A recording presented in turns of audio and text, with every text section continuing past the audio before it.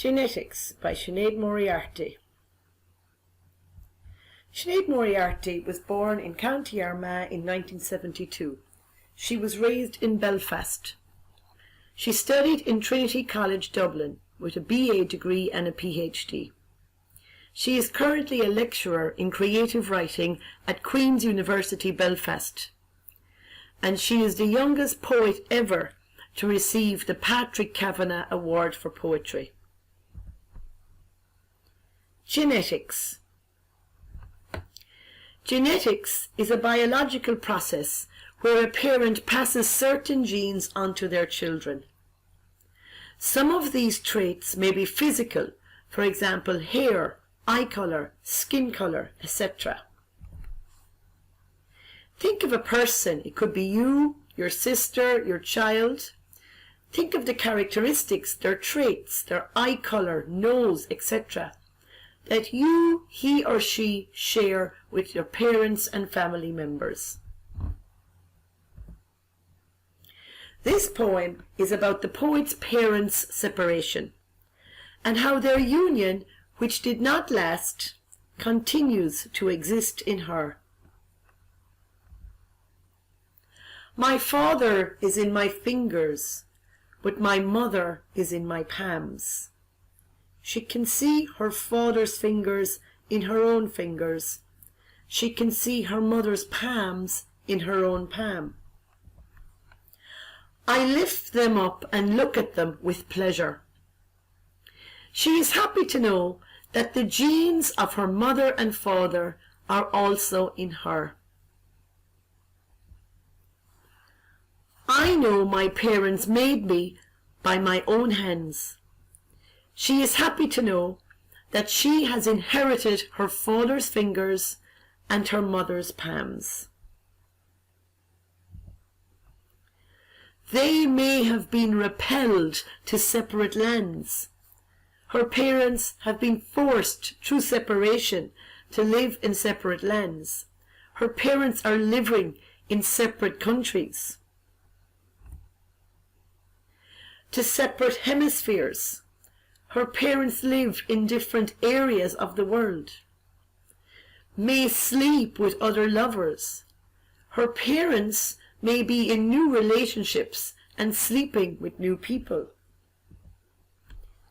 But in me they touch, where fingers link to palms. Even though her parents are separated, they stay connected through their daughter. This link or connection can be seen in the palm of the poet's own hand, at the point where her father's fingers meet with her mother's palm. With nothing left of their togetherness but friends, even though they are no longer together, their friends try to remember them, who quarry for their image by a river. Their friends have to dig deep. To quarry is to dig deep, as you see in the picture, to dig deep for stones. Their friends have to dig deep into their own memories to try and remember her parents as a couple. It is difficult for their friends to remember them as a couple, as they separated a long time ago, who quarry for their image by a river. A river could be an image for the passage of time. At least I know their marriage by my hands. The poet's hands are living proof that her parents were once married to each other. She doesn't have to quarry into her memory like her parents' friends. All she has to do is look at her hands and she can see the memories of her parents right there. I shape a chapel where a steeple stands.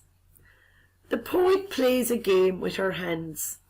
She makes a shape of a church and a steeple, which is the high tower of the church, with her hands.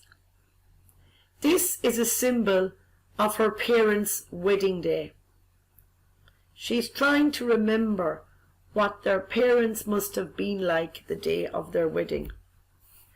And when I turn it over, she imagines that she can look into her hands like looking into the church where her mother and father were married. My father is by my fingers, and my mother is by my palms. She imagines she sees her mother and father in her hands the day they got married. They live in her. Perhaps she wants to remember a happier time before they separated. Demure before a priest reciting psalms. As she looks into her hands, which is now an image for the church, she imagines she sees her mother and father on their wedding day, demure, shy. She imagines her parents standing in front of a priest, saying psalms, saying prayers during their marriage ceremony. My body is their marriage register. On the day of their marriage, they signed a marriage register, which was proof of their love. The poet is now like a marriage register, living proof of their love, even though they are no longer together. Her body is a metaphor, an image, or a symbol for their marriage. I reenact their wedding with my hands. By playing the hand game, she recreates her parents' wedding day. So, take me with you. Take up the skin's demands. Now the poet starts to speak directly to her own partner. She is proposing marriage to him. She says she wants to have children with him. Take me with you. She is proposing marriage. Take up the skin's demands. Have children with me. For mirroring in bodies of the future, it is natural for couples to have a desire to pass on their traits or their genes to a new generation in the future. I will bequeath my fingers if you bequeath your palms. To bequeath is to pass something on. Like her own parents, the poet and her partner could pass on their fingers and their palms to their future children. We know our parents make us by our hands. Their own children will then have proof that their parents once loved each other, because they can see their mother and father's fingers in their own fingers and palms. The structure of this poem is a villanelle. It has strict rules about rhyme, word sounds. Hands, lands, hands, stands, palms, psalms. It has exactly the same amount of syllables per line. A villanelle always has repetition, and here she says, I know my parents made me by my hands. A villanelle must have 5 stanzas with 3 lines, and the final stanza must have 4 lines. Metaphors in this poem. A metaphor is an image in the poem. It is when something is described as if it was something else. It is a comparison without using as or like. Imagery in the poem.